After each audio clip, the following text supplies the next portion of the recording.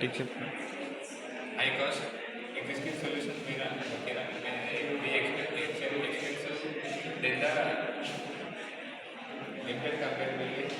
Existing solutions may not be compatible. Insufficient data, there may be a lack of data in the effectiveness, the cooling of battery. Components required for our prototype model is Arduino, relay module, DHT11 sensor, and a 12 watts battery with 7 ampere, and pump to control the flow of the water coolant around the battery. And we use two thermostats. One is to cool the coolant in the reservoir by keeping it under the container, so that our project will reduce the temperature of the electric vehicle battery, and it prevents the fire hazards and explosions. Advantages and disadvantages are May not be effectively water cool down the battery. ठीक है। High cost existing solutions may not be expensive than the limited compatibility. Existing solutions may not be compatible. Insufficient data, there may be a lack of data in the effectiveness, the cooling of battery. Components required for our prototype model is Arduino, relay module, DHT11 sensor, and a 12 watts battery with 7 ampere, and pump to control the flow of the water coolant around the battery. And we use two thermostats. One is to cool the coolant in the reservoir by keeping it under the container, so that our project will reduce the temperature of the electric vehicle battery, and it prevents the fire hazards and explosions. advantages and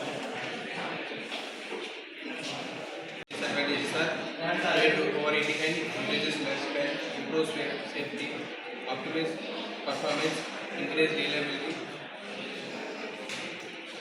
Disadvantages are added complexity, increased cost, weight and size, increased weight, potential leaks and maintenance requirements. Thank you. As coming to the working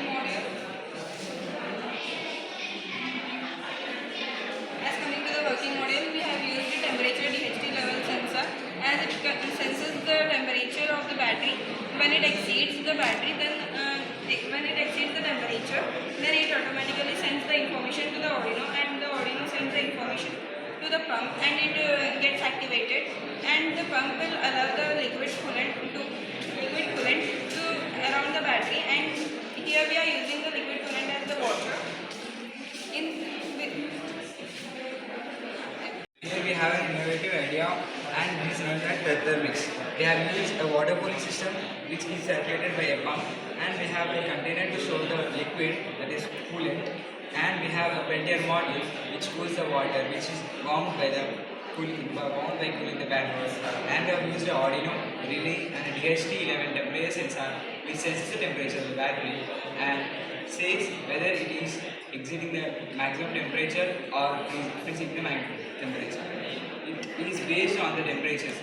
If the temperature of the battery rises above the maximum limit, then the system automatically circulates the coolant through the surface of the battery and makes the battery to cool down to the normal temperature. If it is cooled to the normal temperature, then the battery and everything is automatically off, because the Arduino senses and sends the signal to off the circuit, and it will be so effective for normal users. And it has some drawbacks, as it adds some complexity to the vehicles and builds up some more weight for the components. Batteries get overheated. The temperature sensor sends the battery temperature, and it allows the coolant to flow around the battery, and again the coolant flow after it fell into the container again. So this